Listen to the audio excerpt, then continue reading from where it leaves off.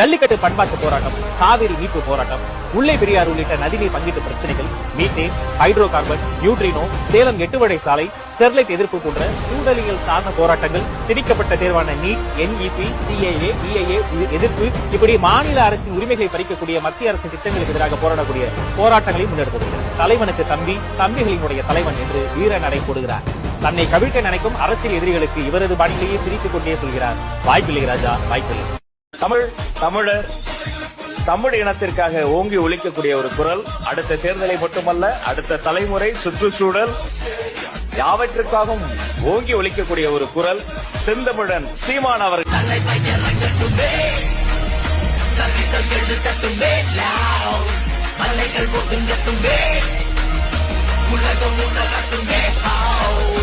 அரங்கம் அதிரட்டுமே, பறக்கட்டுமே.